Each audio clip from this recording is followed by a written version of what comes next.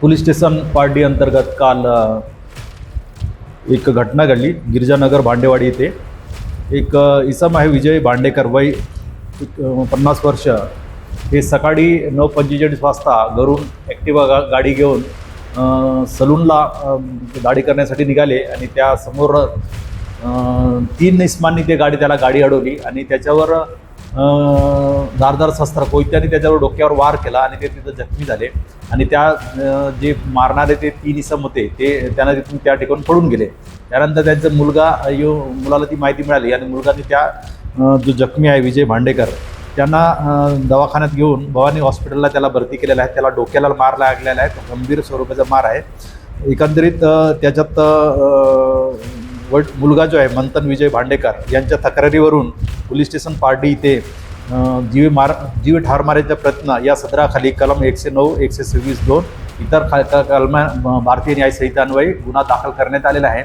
त्याच्यात जे आरोपी आहेत त्याच्यात पारडी तपास पथकांनी इथले जे अज्ञात आरोपी होते त्यांचं नाव निष्पन्न करण्यात आलेलं आहे। त्याच्यातला एक आरोपी आहे अश्विन भूमेश्वर बघेल, वय 19 वर्ष।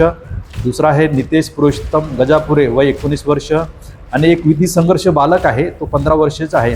असे तिघांनी मिळून त्याच्यावर कोयत्याने वार केलेला आहे। तो सध्या आता त्याला जो जखमी आहे विजय भांडेकर हा भवानी हॉस्पिटलमध्ये त्याच्यावर उपचार चालू आहे। गुन्हा दाखल केलेला आहे आणि याच्यातले तिन्ही आरोपींना ताब्यात घेतलेला आहे।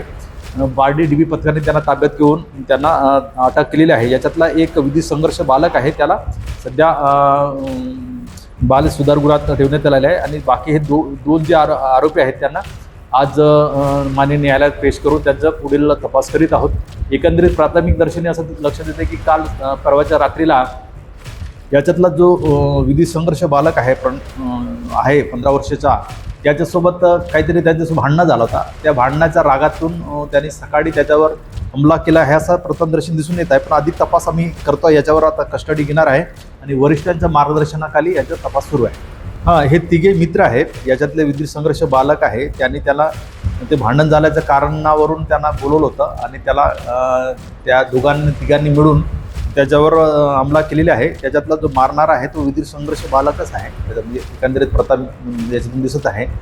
तर ही एकंदरीत किरकोळ भांडण झालेलं आहे संध्याकाळी, त्याच्या कारणाने सांगत आहे। अधिक तपास सुरू आहे।